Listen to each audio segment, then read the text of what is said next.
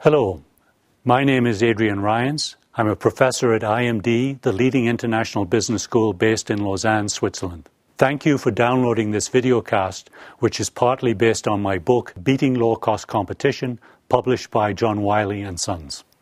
As you may recall from the first videocast, low cost is only one of three possible value propositions.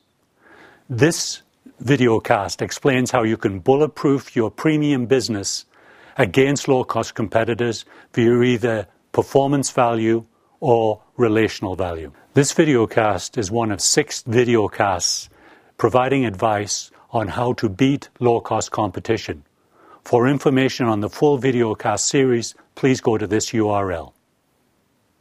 Let us start by looking at how performance leadership companies try to stay competitive. If the Grand Quizmaster was to ask you to name some performance leadership companies, which ones would you think of?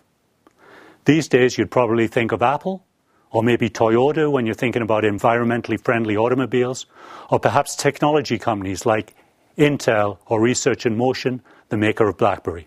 In analyzing this set of companies, let us first look at one of their biggest challenges: rising innovation costs and shortening product life cycles. Let us illustrate this with a chart. In the past, revenues from innovation often comfortably exceeded innovation costs.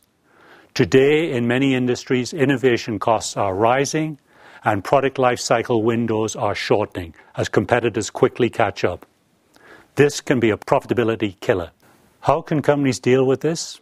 Here I would emphasize 3 elements. First, the need for constant innovation to stay ahead of competition. Second, the possible use of open innovation models. And third, getting beyond the strategic breakpoint. Let us go through these points one by one. Performance value companies need constant innovation. There is no sleeping on one's laurels here. Look at how the iPod has evolved since it was launched. It has been a moving target for competitors. For another company, it might be a pipeline of new pharmaceutical patents. For a third, it might be marketing and technology innovation to stimulate an otherwise mature shaving system market. Open business models, which encourage the use of innovation from outside the company walls, are one method to help maintain performance leadership. One example is Procter & Gamble. In the year 2000, the company's CEO set the objective of having 50% of its innovations coming from external sources. Open business models also enable companies to sell some of the internally developed innovation to outsiders for a profit. As the chart shows, some extra revenue can be gained, and some cost can be trimmed. Thirdly, strategic breakpoint. What is this, you probably wonder?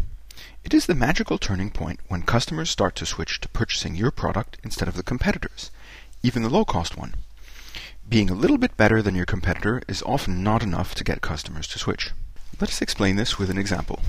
British company Tennant increased its carpet cleaning machine market share when it reduced drying time from 24 hours to 30 minutes. Reducing the drying time to 12 hours would have given it an edge over competition, but 12 hours is still far too long for a busy casino or airport that operates 24 hours a day. But having the carpet dry and usable in 30 minutes attracted many new customers to the Tennant solution. As the chart shows, the strategic breakpoint occurs when a high level of differentiation on some important benefit has customers jumping ship to your product, which means you gain market share.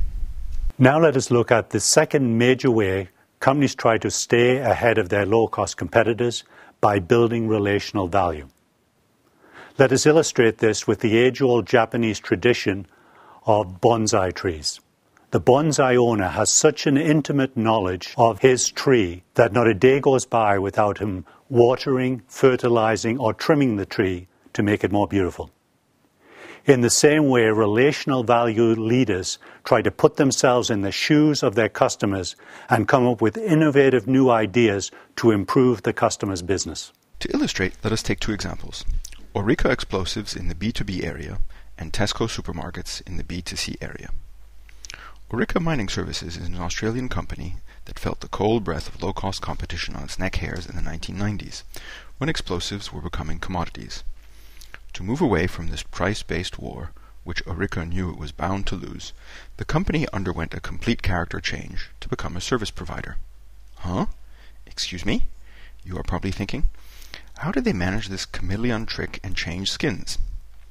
Orica engineers and managers put themselves in the shoes of their customers. mine and quarry operators. These clients were really not interested in buying, say, a ton of TNT. They wanted a task done. They wanted rock on the quarry floor so that it could be loaded into trucks for transportation to a processing plant, or a new vein open for gold in the Kalgoorlie superpit requiring the simultaneous explosion of 20 charges along a 1-kilometer stretch. So the Orica staff became true partners of their clients. Orica no longer billed for a ton of explosives, but for the amount of rock on the ground that met the customer's size specifications. Now let us look at relational value leadership in the business-to-consumer space. Tesco provides good lessons on how to develop and build relationship with literally millions of customers. The bonsai parable might not be so appropriate here unless you think of a forest of bonsais. Anyhow, just like Orica, Tesco was under pressure from low-price competitors like Asda and Aldi. It had to respond. It also wanted to overtake long-time market leader Sainsbury's. Some of Tesco's actions were non-relational. For example, the chain introduced a line of low-cost products for price-sensitive customers. Tesco also reduced waiting times in the checkout lines. Thirdly, the chain added a smaller store format for urban areas and petrol stations. But the fourth step was the chain's strategic breakthrough, and this is where the relational model steps in full force. Starting in 1993, Tesco launched a loyalty card program called Club Card. By collecting and carefully analyzing the vast amount of data it had about customers and their shopping behaviors, Tesco could develop highly customized offers for each customer, which it sent with a loyalty rebate check each quarter. According to Nestlé, the number of loyal shoppers at Tesco doubled between 1995 and 2005, and each shopper was spending twice as much. Time is running short, and I realize you are busy. Let me quickly summarize. In this video cast, we have covered the following. First, there are two major ways to compete with low-cost competitors: performance value and relational value. Second, performance value relies on constant innovation, possibly using open innovation models and achieving strategic breakthroughs. And third, relational value relies on the bonsai approach, building intimate relationships with customers and anticipating their every need. We hope that you have found this videocast useful. Should you have any questions or comments, please contact us at this email. Additionally, thank you for spreading the word about this series to your friends and colleagues. Thank you once again, and good luck in your low-cost ventures.